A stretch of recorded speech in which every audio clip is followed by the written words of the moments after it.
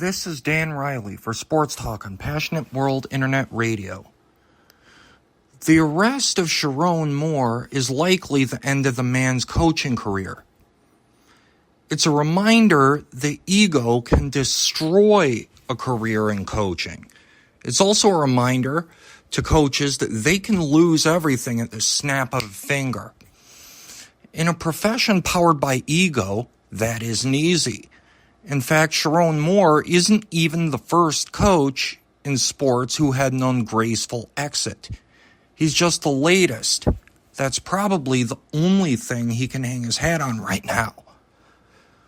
Some of you might remember another Michigan football coach named Gary Moeller who passed away in 2022. He was arrested in a restaurant for disorderly conduct after a drunken outburst. It was embarrassing for him and the University of Michigan. And Moeller's career at Michigan ended right there. Clearly, coaching problems for the Wolverines football team didn't end right there. People in Ann Arbor can only hope they have right now.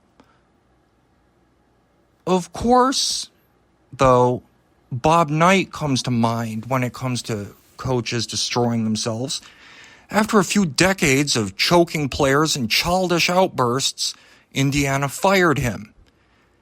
It's really tragic. Knight is best remembered for his behavior and not his win-loss record, though he put that on himself. For some reason, he never figured out his temper would destroy him. You'd think coaches would learn from that. Just recently, Chauncey Billups recently got busted in a card game rigging scheme, and he was probably convinced it was worth the money. His ego, not to mention his greed, no doubt got him in handcuffs. It's a reminder that coaches can tell themselves they're gods among men all they want, and that they're above the law. That doesn't make it true.